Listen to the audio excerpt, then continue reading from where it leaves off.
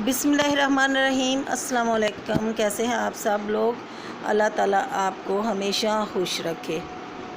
ईद मुबारक जी सबको। मेरे चैनल पे जो नए वाले हैं और जो मेरे पुराने सब्सक्राइबर हैं उन सबको ईद मुबारक।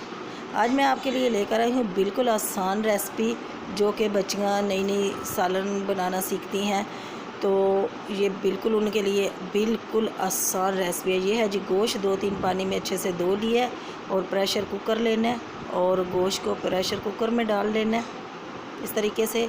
और ये अभी धोया ना, इसमें पानी बिल्कुल थोड़ा डालना है क्योंकि गोश्त अपना पानी छोड़ेगा।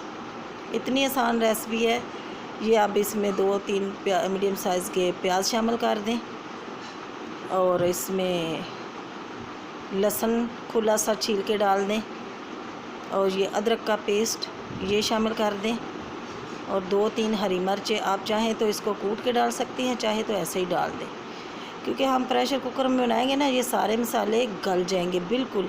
अब ये है टमाटर, बड़े साइज़ का है तो 1 डाल लें, अगर छोटे साइज़ का है तो 2 डाल लें। आप अपनी मर्ज़ी के हिसाब से डाल सकती हैं, 2-2 पीस करके डाल लें टमाटर, क्योंकि ये गल जाएंगे। तो टमाटर डाल दिया। अब हस्बे ज़ायक़ा डालेंगे नमक। हस्बे ज़ायक़ा इसमें नमक जाएगा। अब 1 कप के करीब पानी इसमें शामिल करेंगे, क्योंकि ज़्यादा पानी नहीं डालना, क्योंकि ये हम भुना हुआ गोश्त बना रहे हैं। अगर शोरबे वाला होता है तो चलो पानी निकाल लेते हैं, तो शोरबे में काम आ सकता है। आप सिर्फ 1 कप पानी डालें और 15 से 20 मिनट के लिए प्रेशर कुकर लगा दें। अब ये देखें जी 20 मिनट हो चुके हैं। अब मैं इसको खोलती हूँ। ये देखें माशाल्लाह इतना मज़े का गला हुआ है, लेकिन इसमें पानी है। अब मैं तेज़ आंच करूँगी तो पानी इसका सुखा लूँगी, लेकिन अब मैं ऐसा करती हूँ कि दूसरी कढ़ाई में तेल डालूँगी और उसमें ज़ीरा डालूँगी। तेल जब गर्म हो जाए तो उसमें ज़ीरा डालेंगे। ज़ीरे की बड़ी अच्छी खुशबू आती है, और जब ज़ीरा थोड़ा सा मतलब फ्राई हो जाए, इसकी खुशबू आने लगेगा ना, तो फिर इसमें हम डालेंगे गोश्त। और गोश्त को हम जैसे चमचे की मदद से पानी से निकाल लेंगे, और जब हम गोश्त भूनेंगे तो थोड़ा थोड़ा पानी करके इसमें डाल के भून लेंगे, ताकि वैसे हम पानी सुखाएंगे तो ज़्यादा गोश्त गल जाएगा तो टूट सकता है। ये मैं गोश्त इसमें डाल दूँगी। ये देखें टमाटर वगैरह लहसुन ये सब भूनते हुए गल जाएगा। भाई गला हुआ तो पहले ही है। ये जब गोश्त को भूनेंगे ना, तो ये सारा मसाला बड़ा ही प्यारा वही मिक्स हो जाएगा, नज़र भी नहीं आएगा।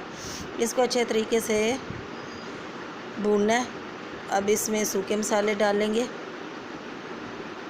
नमक, हल्दी, लाल मिर्च पाउडर और धनिया पाउडर। आप अपनी मर्ज़ी के हिसाब से, और गर्मी बहुत ज़्यादा है तो आप बिल्कुल हल्का नमक मिर्च डालिएगा, तब मज़ेदार गोश्त लगेगा। ये देखें जी भून भून के ये भुना हुआ ही हमें चाहिए था, तो गोश्त हमारा हो गया तैयार। आप रोटी के साथ खाएं, डब रोटी के साथ खा लें या नान के साथ खा लें। ये बहुत मज़े का और बिल्कुल आसान रेसिपी है। अल्लाह ताला आपको अपने हिफ्ज़ व मान में रखे, और मेरी वीडियो को पूरा वॉच करें, लाइक करें, शेयर करें, सब्सक्राइब करें। ये आप लोगों की तरफ से इनाम होता है। अल्लाह ताला आपको अपने हिफ्ज़ व मान में रखे। दुआ में याद रखना। अल्लाह हाफिज़।